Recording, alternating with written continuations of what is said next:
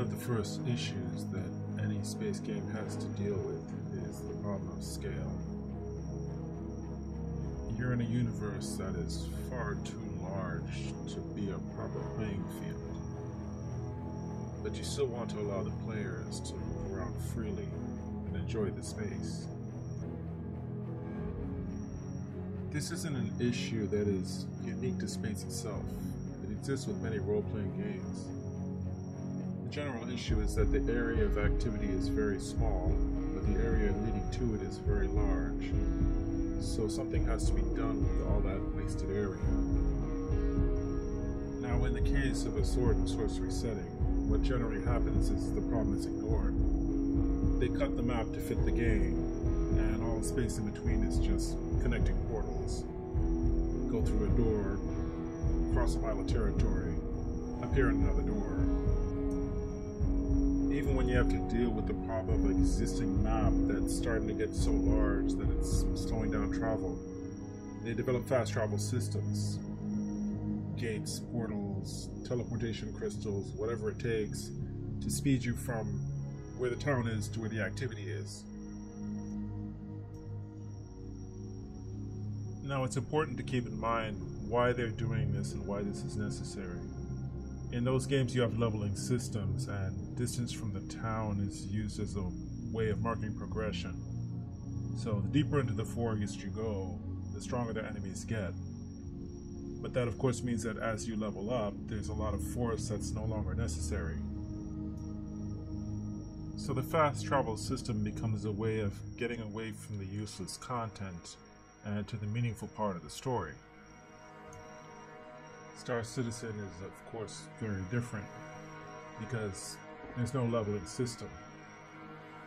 Content doesn't become old. You still have to fly through the entire system every time. How they deal with the challenge of keeping that content fresh for every visit is a topic for another day. But the thing to remember is that travel now becomes part of your daily experience. It's unavoidable. This leads to a problem because the solution that they've chosen for travel acts more like a time game. They make it take a very long time to go between planets, and then they shorten the time from when you arrive to when you get there. So it's minimizing the actual gameplay and adding a time tax for every trip. Of course, many players don't like this because it means that they're playing their game but not really interacting or enjoying anything. The heat mechanics are more of an obstruction. They just slow the ship down or randomly stop it. What makes things worse is how the system is structured. The big ships, the ships that have room to walk around and look through the windows or carry other players to interact with, those are the fastest ships in the game. The single sheet ships that have no other function are the slowest ships by far. There's a lot of game balance problems with this also, because down the road you're talking about interceptors that can get caught by carriers rather than the other way around. The fastest ship in the game is a recycling ship, and the slowest ship is a racing ship. So to bring this back to a certain point, when I made the gravity well proposal, it was so that we could keep the current warp system pretty much unchanged, except for the amount of time that it takes. Now, the thing is, you're still on a shared level. You're still going to have that content that the player has to go through that you want to keep in the game. So what you'd want to do is to basically expand the area around the planets and the smaller zones and use warp as your fast travel system to get to the content. And then the content is what takes up the time. And it's something to bear in mind because many of the planets that we're visiting are much smaller than their real scale counterparts. Even at current afterburner speeds, you could go around one probably less than 20 minutes. Traveling between them takes 15 to 20 minutes in some cases, and that's a long time doing nothing. Whereas when you're flying around the planet, you're still in manual control, you're still the pilot. You can still be intercepted, you can change course at any time. It's more interactive.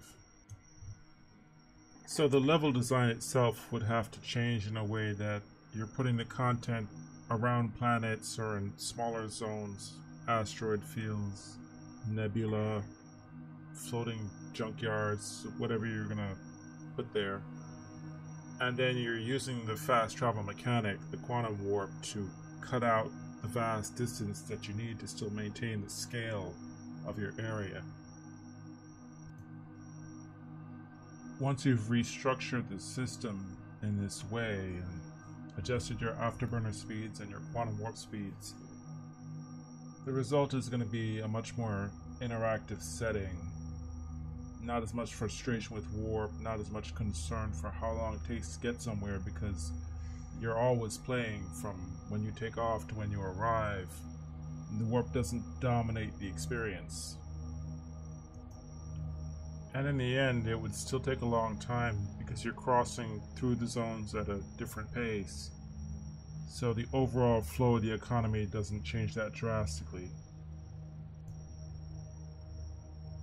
So the real issue after that is the additional difficulties for the pilots, because this is a spaceship game, so some form of navigation becomes more necessary, and it's going to increase the amount of skill needed to really operate these different kinds of ships. But again, that's what players are signing up for. Because ultimately the experience that you want to capture is one of exploration, one of depth. Your main audience doesn't mind going out and getting lost in the dark.